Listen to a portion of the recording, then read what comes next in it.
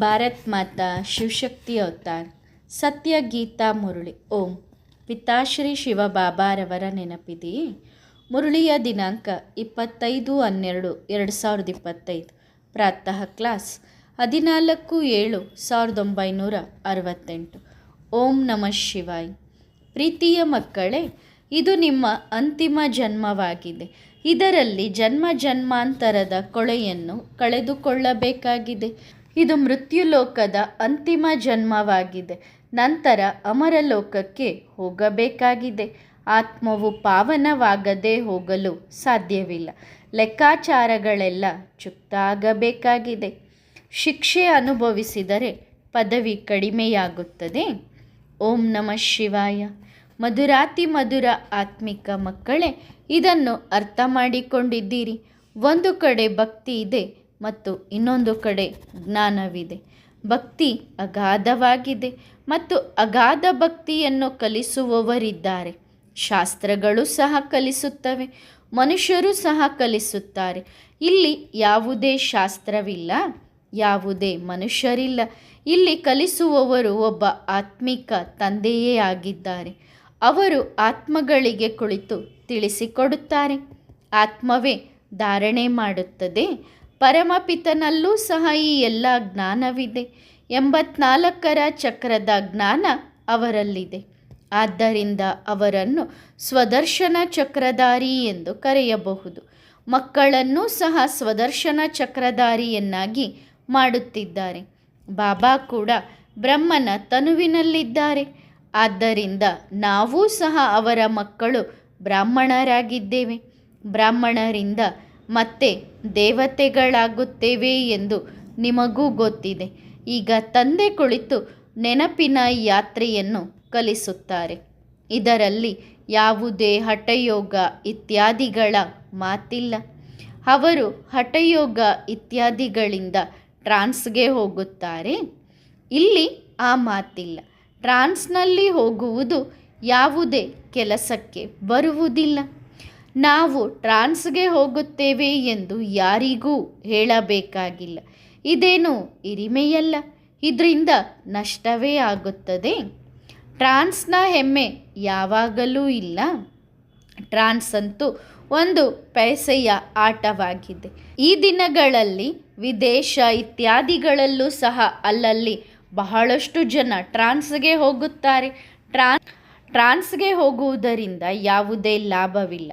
ಬಾಬಾ ತಿಳಿಸಿಕೊಟ್ಟಿದ್ದಾರೆ, ಟ್ರಾನ್ಸ್ನಲ್ಲಿ ನೆನಪಿನ ಯಾತ್ರೆಯೂ ಇಲ್ಲ, ಜ್ಞಾನವೂ ಇಲ್ಲ. ಧ್ಯಾನ ಅಥವಾ ಟ್ರಾನ್ಸ್ನವರು ಎಂದೂ ಯಾವುದೇ ಜ್ಞಾನವನ್ನು ಕೇಳುವುದಿಲ್ಲ ಅಥವಾ ಯಾವುದೇ ಪಾಪಗಳು ಭಸ್ಮವಾಗುವುದಿಲ್ಲ. ಟ್ರಾನ್ಸ್ನ ಮಹತ್ವ ಏನೂ ಇಲ್ಲ. ಟ್ರಾನ್ಸ್ ತೋರಿಸಲು ಹೇಳುವುದೂ ಸಹ ತಪ್ಪಾಗಿದೆ.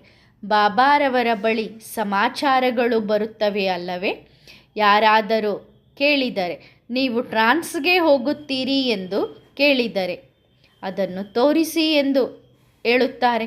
ಆಗ ಅವರನ್ನು ಕರೆದುಕೊಂಡು ಹೋದರು. ಬಾಬಾ ಹೇಳುತ್ತಾರೆ, ಟ್ರಾನ್ಸ್ ಅಂತೂ ಸಂಪೂರ್ಣ ಬಿಡುಗಾಸಿನ ಬೆಲೆಯಿಲ್ಲದ್ದು ಆಗಿದೆ. ಮಕ್ಕಳು ಭೋಗ ಇಡುತ್ತಾರೆ, ಅದನ್ನು ಟ್ರಾನ್ಸ್ ಎಂದು ಕರೆಯಲಾಗುವುದಿಲ್ಲ. ಟ್ರಾನ್ಸ್ ಭಕ್ತಿ ಮಾರ್ಗ, ಹಠಯೋಗ ಇತ್ಯಾದಿಗಳಲ್ಲಿದೆ. ಟ್ರಾನ್ಸ್ನ ಮಹತ್ವ ಏನೂ ಇಲ್ಲ, ತೋರಿಸುವ ಅವಶ್ಯಕತೆಯೂ ಇಲ್ಲ. ಇಲ್ಲಿ ಟ್ರಾನ್ಸ್ ಇಲ್ಲ ಎಂದು ಹೇಳಿಬಿಡಿ. ತಂದೆ ಕೇವಲ ಹೇಳುತ್ತಾರೆ, ನನ್ನೊಬ್ಬನನ್ನೇ ನೆನಪು ಮಾಡಿ, ತಮ್ಮನ್ನು ಆತ್ಮ ಎಂದು ತಿಳಿದು ನನ್ನನ್ನು ನೆನಪು ಮಾಡಿ. ಅಷ್ಟೇ ಸಾಕು. ನೆನಪನ್ನು ಟ್ರಾನ್ಸ್ ಎಂದು ಕರೆಯಲಾಗುವುದಿಲ್ಲ. ನೆನಪಿನಿಂದಲೇ ವಿಕರ್ಮಗಳು ವಿನಾಶವಾಗುತ್ತವೆ. ಟ್ರಾನ್ಸ್ನಲ್ಲಿ ವಿಕರ್ಮಗಳು ವಿನಾಶವಾಗುವುದಿಲ್ಲ. ಬಾಬಾರವರ ಬಳಿ ಸಮಾಚಾರಗಳು ಬರುತ್ತವೆ. ಹಠಯೋಗಿಗಳನ್ನು ಕರೆಸಿ ಟ್ರಾನ್ಸ್ ತೋರಿಸುತ್ತಾರೆ. ಬಾಬಾ ಎಚ್ಚರಗೊಳಿಸುತ್ತಾರೆ. ಮಕ್ಕಳಿಗೆ ಎಚ್ಚರಿಕೆಯೂ ಕೊಡುತ್ತಾರೆ. ಯಾವಾಗಲಾದರೂ ಯಾವುದಾದರೂ ಸನ್ಯಾಸ ಮಠದ ಮುಖ್ಯಸ್ಥರಿಗೆ, ಏಕೆಂದರೆ ಮಠ ಪಂಥಗಳಂತೂ ಎಷ್ಟೊಂದು ಇವೆ ಅಲ್ಲವೇ? ಯಾರಿಗೂ ನಿಮಂತ್ರಣ ಕೊಡುವ ಅವಶ್ಯಕತೆ ಇಲ್ಲ, ಏಕೆಂದರೆ ಅವರು ತಮ್ಮ ಧರ್ಮದವರೇ ಅಲ್ಲ. ಅವರಿಗೆ ಈ ಸಮಯದಲ್ಲಿ ಯಾವುದೇ ಲಾಭವಾಗುವುದಿಲ್ಲ. ಅವರು ಈ ಸಮಯದಲ್ಲಿ ತುಂಬ ಮದಾಂಧರಾಗಿದ್ದಾರೆ. ಈ ಸನ್ಯಾಸಿಗಳಿಗೆ ಇತ್ಯಾದಿ ಜ್ಞಾನವು ವಿನಾಶದ ಸಮಯ ಬಂದಾಗಲೇ ಸಿಗಲಿದೆ. ಇವರು ತಮ್ಮ ಧರ್ಮದವರಲ್ಲ ಎಂದು ನಿಮಗೆ ತಿಳಿದಿದೆ. ಬಲೆ ಆಮಂತ್ರಣ ಕೊಡುತ್ತೀರಿ, ಆದರೆ ಯಾವುದೇ ಭರವಸೆ ಇಟ್ಟುಕೊಳ್ಳಬೇಡಿ. ಈ ಜ್ಞಾನದ ಕಡೆಗೆ ಬೇಗನೆ ಬರುವುದಿಲ್ಲ. ಯಾವಾಗ ವಿನಾಶವನ್ನು ಎದುರಿನಲ್ಲಿ ನೋಡುವರು ಆಗ ಬರುತ್ತಾರೆ. ಸಾವು ಬಂತು ಎಂದು ಆಗ ತಿಳಿದುಕೊಳ್ಳುತ್ತಾರೆ. ಆಗ ನೀವು ಹೇಳಿದ್ದನ್ನು ಅವರು ಒಪ್ಪಿಕೊಳ್ಳುತ್ತಾರೆ. 8 ವರ್ಷಗಳಲ್ಲಿ ವಿನಾಶ ಬಂತು ಎಂದು ನೀವು ಹೇಳುತ್ತಲೇ ಇರುತ್ತೀರಿ. ಯಾವಾಗ ಸಮೀಪದಲ್ಲಿ ನೋಡುವರು ಆಗ ಒಪ್ಪಿಕೊಳ್ಳುತ್ತಾರೆ. ಸಾವು ಬರಲೇಬೇಕಿದೆ. ನೀವಂತೂ ಬಹಳ ಸಮಯದಿಂದ ಹೇಳುತ್ತಾ ಬಂದಿದ್ದೀರಿ. ಈಗ ಇವರದ್ದು ಸುಳ್ಳು ಕಥೆಗಳು ಎಂದು ತಿಳಿದುಕೊಳ್ಳುತ್ತಾರೆ. ಹೇಗೆ ನೀವು ಭಕ್ತಿಯನ್ನು ಸುಳ್ಳು ಎಂದು ತಿಳಿದುಕೊಳ್ಳುತ್ತೀರೋ ಹಾಗೆಯೇ ಅವರು ನಿಮ್ಮ ಜ್ಞಾನವನ್ನೂ ಸಹ ಸುಳ್ಳು ಎಂದು ತಿಳಿದುಕೊಳ್ಳುತ್ತಾರೆ. ನಿಮ್ಮ ವೃಕ್ಷವು ನಿಧಾನವಾಗಿ ಬೆಳೆಯಬೇಕಿದೆ. ಸನ್ಯಾಸಿಗಳು ಯಾರೂ ಬರುವುದಿಲ್ಲ. ಅವರಿಗೂ ಸಹ ಕೇವಲ ತಂದೆಯನ್ನು ನೆನಪು ಮಾಡಿ ಎಂದು ಹೇಳಬೇಕಿದೆ. ನೀವು ಕಣ್ಣುಗಳನ್ನು ಮುಚ್ಚಬಾರದು ಎಂದೂ ಸಹ ತಂದೆ ತಿಳಿಸಿದ್ದಾರೆ. ಕಣ್ಣಲ್ಲಿ ಕಣ್ಣಿಟ್ಟು ನೋಡಬೇಕು. ನೆನಪು ಮಾಡುವಾಗ ಕಣ್ಣುಗಳು ಮುಚ್ಚಿದರೆ ತಂದೆಯನ್ನು ಹೇಗೆ ನೋಡುತ್ತೀರಿ? ನಾವು ಆತ್ಮರಾಗಿದ್ದೇವೆ. ಪರಮಪಿತ ಪರಮಾತ್ಮನ ಎದುರಿಗೆ ಕುಳಿತಿದ್ದೇವೆ. ನೋಡಲು ಆಗುವುದಿಲ್ಲ. ಈ ಜ್ಞಾನ ಬುದ್ಧಿಯಲ್ಲಿದೆ. ನೀವು ಮಕ್ಕಳು ಕುಳಿತಿದ್ದೀರಿ. ಈ ಶರೀರದ ಆಧಾರದಿಂದ ಪರಮಪಿತ ಪರಮಾತ್ಮ ನಮಗೆ ಓದಿಸುತ್ತಿದ್ದಾರೆ ಎಂದು ತಿಳಿದುಕೊಂಡಿದ್ದೀರಿ. ಧ್ಯಾನ ಇತ್ಯಾದಿಗಳ ಯಾವುದೇ ಮಾತಿಲ್ಲ. ಧ್ಯಾನದಲ್ಲಿ ಹೋಗುವುದು ಯಾವುದೇ ದೊಡ್ಡ ವಿಷಯವಲ್ಲ. ಭೋಗ ಇತ್ಯಾದಿಗಳದ್ದು ಡ್ರಾಮಾದಲ್ಲಿ ನಿಗದಿ ಇದೆ. ಸೇವಕರಾಗಿ ಭೋಗ ಇಟ್ಟು ಬರುತ್ತಾರೆ. ಹೇಗೆ ಸರ್ವೆಂಟ್ ಸೇವಕರುಗಳು ದೊಡ್ಡ ಮನುಷ್ಯರಿಗೆ ತಿನ್ನಿಸುತ್ತಾರೆಯೋ ನೀವು ಸಹ ಸೇವಕರು ಆಗಿದ್ದೀರಿ. ದೇವತೆಗಳಿಗೆ ನೈವೇದ್ಯ ಇಡಲು ಹೋಗುತ್ತೀರಿ. ಅವರು ಫರಿಸ್ತಾಗಳು.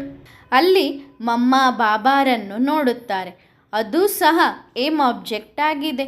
ನಾವು ಅಂತಹ ಫರಿಸ್ತಾಗಳಾಗಬೇಕು. ಹೇಗೆ ಇಲ್ಲಿ ಶಿವಬಾಬಾ ನೀವು ಮಕ್ಕಳಿಗೆ ಓದಿಸುತ್ತಾರೆಯೋ ಹಾಗೆಯೇ ಸೂಕ್ಷ್ಮವತನದಲ್ಲಿ ಏನಾಗುತ್ತದೆ ಎಂದು ಕೇವಲ ತಿಳಿದುಕೊಳ್ಳುವುದಾಗಿದೆ. ಬಾಕಿ ಟ್ರಾನ್ಸ್ ಇತ್ಯಾದಿಗಳ ಯಾವುದೇ ಮಹತ್ವವಿಲ್ಲ. ಯಾರಿಗಾದರೂ ಟ್ರಾನ್ಸ್ ಇತ್ಯಾದಿ ತೋರಿಸುವುದು ಬಾಲ್ಯತನ, ಮಗುವಿನ ರೀತಿಯಾಗಿದೆ. ಬಾಬಾ ಎಲ್ಲರಿಗೂ ಎಚ್ಚರಿಕೆ ಕೊಡುತ್ತಾರೆ. ಟ್ರಾನ್ಸ್ನಲ್ಲಿ ಹೋಗಬೇಡಿ, ಇದು ಶಿಕ್ಷಣವಾಗಿದೆ. ಕಲ್ಪಕಲ್ಪವು ತಂದೆ ಬಂದು ಓದಿಸುತ್ತಾರೆ. ಈಗ ಸಂಗಮ ಯುಗವಾಗಿದೆ. ನೀವು ಖಂಡಿತವಾಗಿಯೂ ಟ್ರಾನ್ಸ್ಫರ್ ಆಗಲೇಬೇಕು. ಡ್ರಾಮಾದ ಪ್ಲಾನ್ ಅನುಸಾರ ನೀವು ಪಾತ್ರವನ್ನು ಅಭಿನಯಿಸುತ್ತಿದ್ದೀರಿ. ಪಾತ್ರದ ಮಹಿಮೆ ಇದೆ. ತಂದೆ ಬಂದು ನೀವು ಮಕ್ಕಳಿಗೆ ಓದಿಸುತ್ತಾರೆ. ಡ್ರಾಮಾ ಅನುಸಾರ ನೀವು ತಂದೆಯಿಂದ ಒಂದು ಸಾರಿ ಓದಿ ದೇವತೆಗಳಾಗುವುದು ಖಚಿತ. ಇದರಲ್ಲಿ ಮಕ್ಕಳಿಗೆ ಖುಷಿಯಾಗುತ್ತದೆ. ನಾವು ತಂದೆಯನ್ನು ಹಾಗೂ ರಚನೆಯ ಆದಿ ಮಧ್ಯ ಅಂತ್ಯವನ್ನೂ ಸಹ ತಿಳಿದುಕೊಂಡಿದ್ದೇವೆ. ತಂದೆಯ ಶಿಕ್ಷಣ ಪಡೆದು ತುಂಬ ಹರ್ಷಿತರಾಗಬೇಕು. ಮತ್ತು ನೀವು ಓದುತ್ತಿರುವುದೇ ಹೊಸ ಪ್ರಪಂಚಕ್ಕಾಗಿ. ಅಲ್ಲಿ ದೇವಿ ದೇವತೆಗಳ ರಾಜ್ಯವೇ ಇರುತ್ತದೆ ಎಂದ ಮೇಲೆ ಪುರುಷೋತ್ತಮ ಯುಗದಲ್ಲಿ ಓದಬೇಕಾಗುತ್ತದೆ. ನೀವು ಈ ದುಃಖದಿಂದ ಬಿಡುಗಡೆ ಹೊಂದಿ ಸುಖಕ್ಕೆ ಹೋಗುತ್ತೀರಿ. ಇಲ್ಲಿ ತಮೋಗುಣಿಯಾಗಿರುವ ಕಾರಣ ನೀವು ರೋಗಿ, ಕಾಯಿಲೆಯಲ್ಲಿರುವವರು ಇತ್ಯಾದಿ ಆಗುತ್ತೀರಿ. ಈ ಎಲ್ಲ ರೋಗಗಳು ಮಾಯವಾಗಲಿವೆ. ಮುಖ್ಯವಾದುದು ಶಿಕ್ಷಣ. ಬಹಳಷ್ಟು ಕಡೆ ಧ್ಯಾನಕ್ಕೆ ಹೋಗುತ್ತಾರೆ. ನಂತರ ಮಮ್ಮ ಬರುತ್ತಾರೆ, ಬಾಬಾ ಬರುತ್ತಾರೆ ಎಂದು ಹೇಳುತ್ತಾರೆ. ಇದು ಏನೂ ಅಲ್ಲ. ತಂದೆಯಂತೂ ಒಂದೇ ಮಾತನ್ನು ತಿಳಿಸುತ್ತಾರೆ. ತಂದೆ ಹೇಳುತ್ತಾರೆ, ತಮ್ಮನ್ನು ಆತ್ಮ ಎಂದು ತಿಳಿದು ನನ್ನನ್ನು ನೆನಪು ಮಾಡಿ. ನೀವು ಅರ್ಧ ಕಲ್ಪ ದೇಹಾಭಿಮಾನಿಗಳಾಗಿ ಬಿಟ್ಟಿದ್ದೀರಿ. ಈಗ ದೇಹಿ ಅಭಿಮಾನಿಗಳಾಗಿ ತಂದೆಯನ್ನು ನೆನಪು ಮಾಡಿದರೆ ವಿಕರ್ಮಗಳು ವಿನಾಶವಾಗುತ್ತವೆ.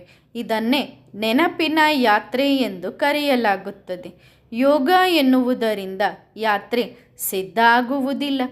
ನೀವು ಆತ್ಮರು ಇಲ್ಲಿಂದ ಹೋಗಬೇಕಿದೆ. ತುಂಬ ಸತೋಗುಣಿಯಾಗಿ ಹೋಗಬೇಕಿದೆ. ತಮೋಗುಣದಿಂದ ಸತೋಗುಣಿಯಾಗಬೇಕು. ನೀವು ಟ್ರಯಲ್ ಮಾಡುತ್ತೀರಿ. ಅವರದ್ದು ಏನು ಯೋಗವಿದೆಯೋ ಅದರಲ್ಲಿ ಟ್ರಯಲ್ನ ಮಾತಿಲ್ಲ. ಹಠಯೋಗಿಗಳಂತೂ ಬಹಳಷ್ಟು ಜನ ಇದ್ದಾರೆ. ಅದು ಇರುವುದೇ ಹಠಯೋಗ. ಇಲ್ಲಿ ತಂದೆಯನ್ನು ನೆನಪು ಮಾಡಬೇಕಿದೆ. ತಂದೆ ಹೇಳುತ್ತಾರೆ, ಮಧುರಾತಿ ಮಧುರ ಮಕ್ಕಳೇ, ತಮ್ಮನ್ನು ಆತ್ಮ ಎಂದು ತಿಳಿದುಕೊಳ್ಳಿರಿ. ಹೀಗೆ ಬೇರೆ ಯಾರು ಎಂದಿಗೂ ತಿಳಿಸಿಕೊಡುವುದಿಲ್ಲ. ಪ್ರಪಂಚದಲ್ಲಿರುವ ಟ್ರಾನ್ಸ್ ಇತ್ಯಾದಿಗಳ ಮಾತು ಇಲ್ಲಿಲ್ಲ. ನಿಮ್ಮನ್ನು ನೋಡಿ ಇನ್ನೂ ಅಪಹಾಸ್ಯ ಮಾಡುವರು. ಏಕೆಂದರೆ ಅವರಿಗೆ ಈ ನೆನಪಿನ ಯಾತ್ರೆಯ ಬಗ್ಗೆಯೇ ಗೊತ್ತೇ ಇಲ್ಲ. ಭೋಗ ಇಟ್ಟು ಬರುತ್ತಾರೆ. ಇದು ನಾಟಕದಲ್ಲಿ ನಿಗದಿ ಇದೆ. ನವದಾ ಭಕ್ತಿಯಲ್ಲೂ ಸಹ ಧ್ಯಾನಕ್ಕೆ ಹೋಗುತ್ತಾರೆ. ಯಾರ ಭಕ್ತಿ ಮಾಡುತ್ತಾರೋ ಆ ಚಿತ್ರ ಬಂದು ಬಿಡುತ್ತದೆ. ಇದೇನು ದೊಡ್ಡ ವಿಷಯವಲ್ಲ. ಇದರಿಂದ ಲಾಭವೇನೂ ಇಲ್ಲ. ಇದು ಶಿಕ್ಷಣವಾಗಿದೆ. ತಂದೆಯ ಮಗುವಾಗಿ ನಂತರ ತಂದೆಯಿಂದ ಓದುವುದು ಮತ್ತು ಓದಿಸುವುದಾಗಿದೆ. ಯಾರನ್ನು ಕರೆಯುವಂತಿಲ್ಲ. ಬಾಬಾ ಹೇಳುತ್ತಾರೆ, ನೀವು ಮ್ಯೂಸಿಯಂ ತೆರೆಯಿರಿ. ಅವರೇ ನಿಮ್ಮ ಬಳಿ ಬರುತ್ತಾರೆ. ಕರೆಯುವ ತೊಂದರೆ ಇರುವುದಿಲ್ಲ. ಈ ಜ್ಞಾನ ಅಂತೂ ತುಂಬ ಚೆನ್ನಾಗಿದೆ ಎಂದು ಹೇಳುತ್ತಾರೆ. ಎಂದು ಇದನ್ನು ನಾವು ಕೇಳಿಲ್ಲ. ಇದರಲ್ಲಿ ನಡವಳಿಕೆ ಸುಧಾರಣೆ ಮಾಡಿಕೊಳ್ಳಬೇಕಾಗುತ್ತದೆ. ಮುಖ್ಯವಾದದ್ದು ಪವಿತ್ರತೆ. ಇದರ ಮೇಲೆಯೇ ಗಲಾಟೆಗಳಾಗುತ್ತವೆ. ತುಂಬ ಫೇಲ್ ಕೂಡ ಆಗುತ್ತಾರೆ. ಈ ಪ್ರಪಂಚದಲ್ಲಿದ್ದರೂ ಇವರನ್ನು ನೋಡುವುದಿಲ್ಲ ಎಂಬಂತಹ ಸ್ಥಿತಿ ನಿಮ್ಮದು ಆಗಬೇಕಿದೆ. ಆತ್ಮ ಅಂತೂ ತನ್ನ ಶಾಂತಿಧಾಮಕ್ಕೆ ಹೊರಟು ಹೋಗುತ್ತದೆ. ಮನೆ ಗೃಹಸ್ಥದಲ್ಲಿದ್ದು ತಿನ್ನುತ್ತಾ ಕುಡಿಯುತ್ತಾ ನಿಮ್ಮ ಬುದ್ಧಿ ಆ ಕಡೆಗಿರಲಿ. ಅಂದರೆ ಮನೆಯ ಕಡೆಗೆ, ಪರಮಧಾಮದ ಕಡೆಗೆ ಬುದ್ಧಿ ಜೋಡಣೆಯಾಗಿರಲಿ. ಹೇಗೆ ತಂದೆ ಹೊಸ ಮನೆಯನ್ನು ಕಟ್ಟುತ್ತಾರೋ ಆಗ ಎಲ್ಲರ ಬುದ್ಧಿ ಹೊಸ ಮನೆಯ ಕಡೆಗೆ ಹೋಗುತ್ತದೆ. ಈಗ ಹೊಸ ಪ್ರಪಂಚ ತಯಾರಾಗುತ್ತಿದೆ. ಬೇಹದ್ದಿನ ತಂದೆ ಬೇಹದ್ದಿನ ಮನೆಯನ್ನು ಕಟ್ಟುತ್ತಿದ್ದಾರೆ.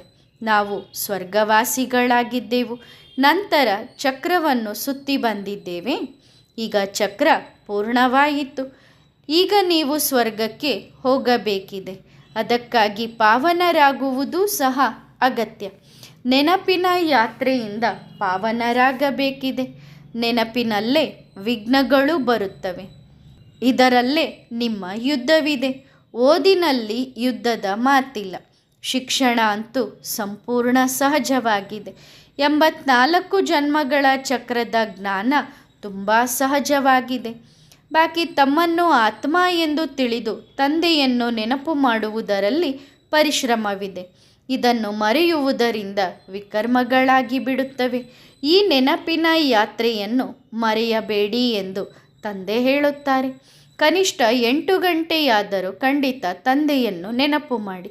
ಶರೀರ ನಿರ್ವಹಣೆಗಾಗಿ ಕರ್ಮವನ್ನು ಮಾಡಬೇಕಿದೆ. ನಿದ್ದೆಯನ್ನೂ ಮಾಡಬೇಕು. ಸಹಜ ಮಾರ್ಗವಾಗಿದೆ ಅಲ್ಲವೇ? ಒಂದು ವೇಳೆ ಎಲ್ಲೋ ನಿದ್ದೆ ಮಾಡದಿದ್ದರೆ ಇದು ಹಠಯೋಗವಾಗಿ ಬಿಡುತ್ತದೆ. ಹಠಯೋಗಿಗಳು ಬಹಳಷ್ಟು ಜನ ಇದ್ದಾರೆ. ಆ ಕಡೆ ಏನನ್ನೂ ನೋಡಬೇಡಿ ಎಂದು ತಂದೆ ಹೇಳುತ್ತಾರೆ. ಅದರಿಂದ ಏನೂ ಲಾಭವಿಲ್ಲ. ಎಷ್ಟೊಂದು ಹಠಯೋಗ ಕಲಿಸುತ್ತಾರೆ. ಇವೆಲ್ಲವೂ ಮನುಷ್ಯ ಮತವಾಗಿದೆ. ನೀವು ಪರಮಪಿತ ಪರಮಾತ್ಮನ ಮತದ ಮೇಲಿರುವ ಆತ್ಮರಾಗಿದ್ದೀರಿ. ಆತ್ಮವೇ ಶರೀರ ತೆಗೆದುಕೊಂಡು ಪಾತ್ರ ಅಭಿನಯಿಸುತ್ತದೆ ಅಲ್ಲವೇ? ಡಾಕ್ಟರ್ ಆಗುತ್ತಾರೆ, ಕೆಲವರು ಮತ್ತೆ ಬೇರೆ ಏನೋ ಆಗುತ್ತಾರೆ. ಆದರೆ ಮನುಷ್ಯರು ದೇಹಾಭಿಮಾನಿಗಳಾಗಿ ಬಿಟ್ಟಿದ್ದಾರೆ. ನಾನು ಅವರಾಗಿದ್ದೇನೆ, ಇವರಾಗಿದ್ದೇನೆ. ಈಗ ನಿಮ್ಮ ಬುದ್ಧಿಯಲ್ಲಿದೆ, ನಾವು ಆತ್ಮರಾಗಿದ್ದೇವೆ. ತಂದೆಯೂ ಸಹ ಆತ್ಮರಾಗಿದ್ದಾರೆ. ಈ ಸಮಯದಲ್ಲಿ ನೀವು ಆತ್ಮರಿಗೆ ಯಾವ ಆತ್ಮರೂ ಓದಿಸುವುದಿಲ್ಲ. ಆದರೆ ಸ್ವಯಂ ಪರಂಪಿತ ಪರಮಾತ್ಮ ಓದಿಸುತ್ತಾರೆ. ಆದ್ದರಿಂದ ಗಾಯನವೂ ಇದೆ.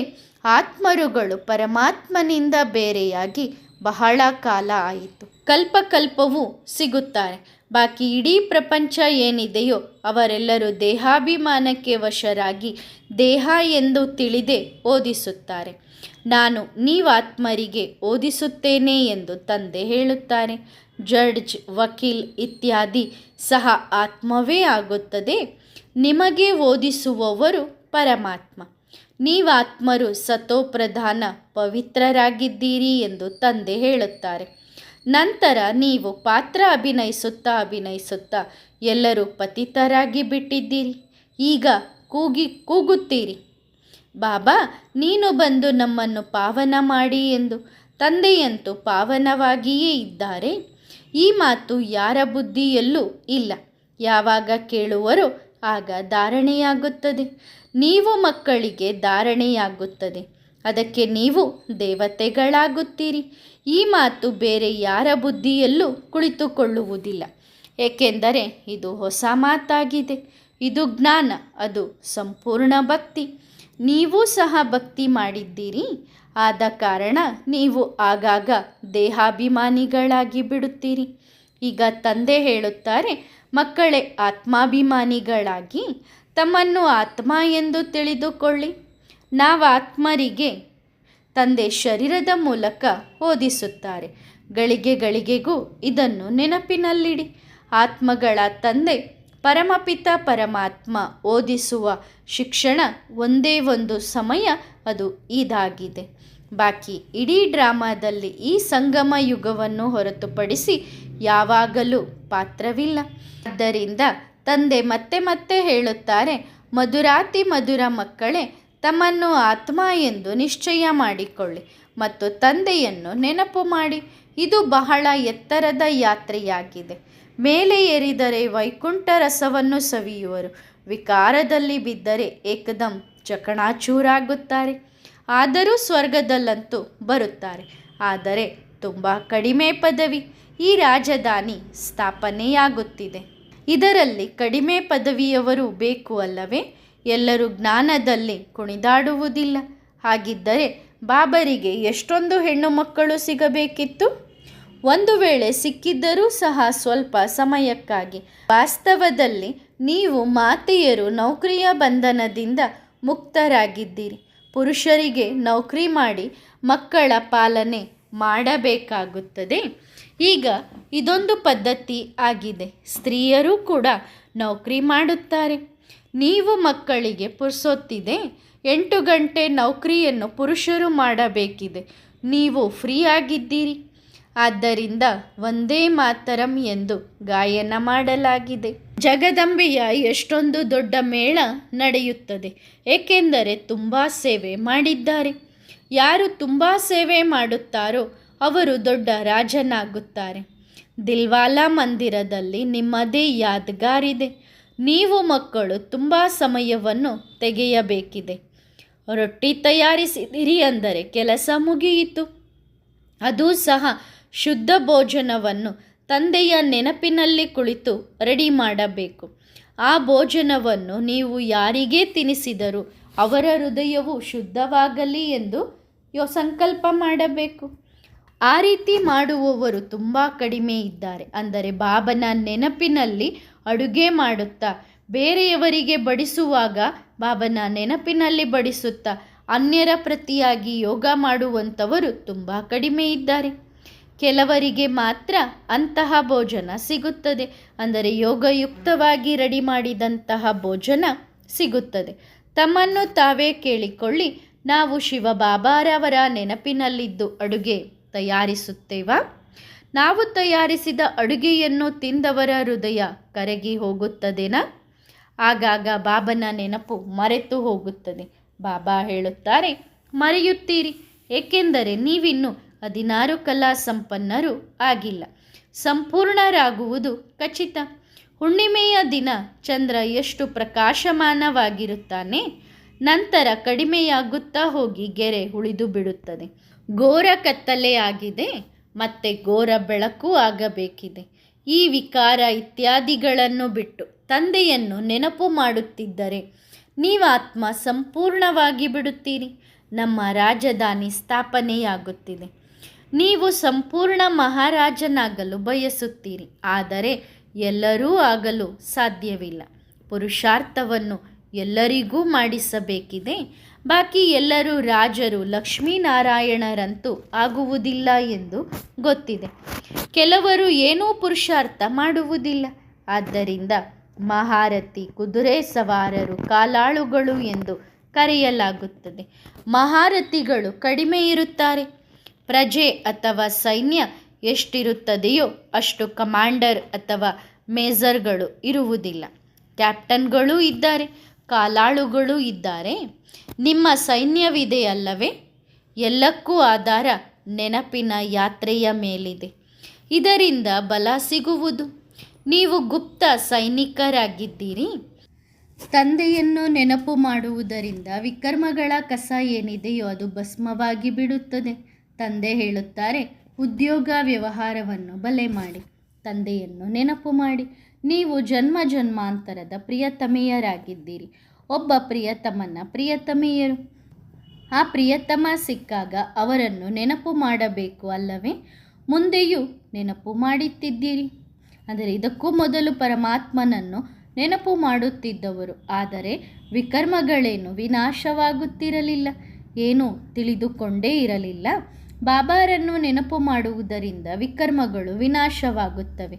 ಇಲ್ಲಿ ತಮೋಗುಣದಿಂದ ಸತೋಗುಣಿಯಾಗಬೇಕು ಎಂದು ಬಾಬಾ ತಿಳಿಸಿದ್ದಾರೆ. ಆತ್ಮವೇ ಆಗಬೇಕಿದೆ. ಆತ್ಮವೇ ಪರಿಶ್ರಮ ಪಡುತ್ತಿದೆ. ಇದು ನಿಮ್ಮ ಅಂತಿಮ ಜನ್ಮವಾಗಿದೆ. ಇದರಲ್ಲಿ ಜನ್ಮ ಜನ್ಮಾಂತರದ ಕೊಳೆಯನ್ನು ಕಳೆದುಕೊಳ್ಳಬೇಕಾಗಿದೆ. ಇದು ಮೃತ್ಯುಲೋಕದ ಅಂತಿಮ ಜನ್ಮವಾಗಿದೆ. ನಂತರ ಅಮರಲೋಕಕ್ಕೆ ಹೋಗಬೇಕಿದೆ. ಆತ್ಮ ಪಾವನವಾಗದೇ ಹೋಗಲು ಸಾಧ್ಯವಿಲ್ಲ. ಲೆಕ್ಕಾಚಾರಗಳೆಲ್ಲ ಚುಕ್ತ ಆಗಬೇಕಿದೆ.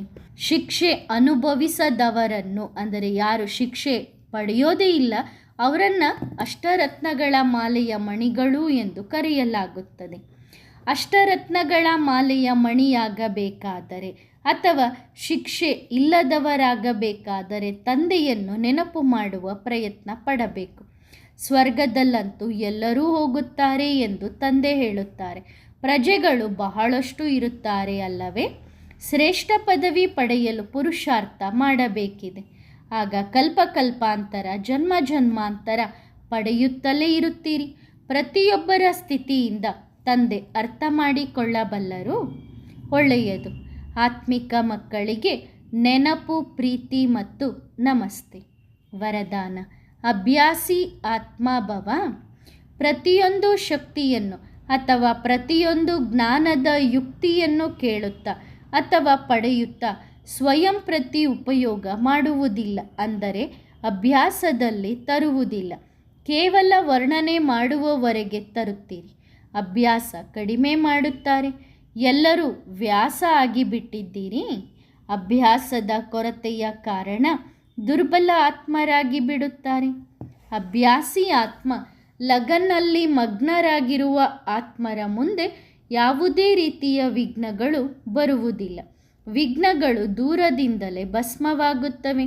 ಅಭ್ಯಾಸದ ಪ್ರಯೋಗಶಾಲೆಯಲ್ಲಿ ಕುಳಿತಿದ್ದರೆ ಒಬ್ಬ ತಂದೆಯ ಆಸರೆಯ ಅನುಭವವಾಗುತ್ತದೆ. ಒಳ್ಳೆಯದು. ಓಂ ನಮಃ ಶಿವಾಯ.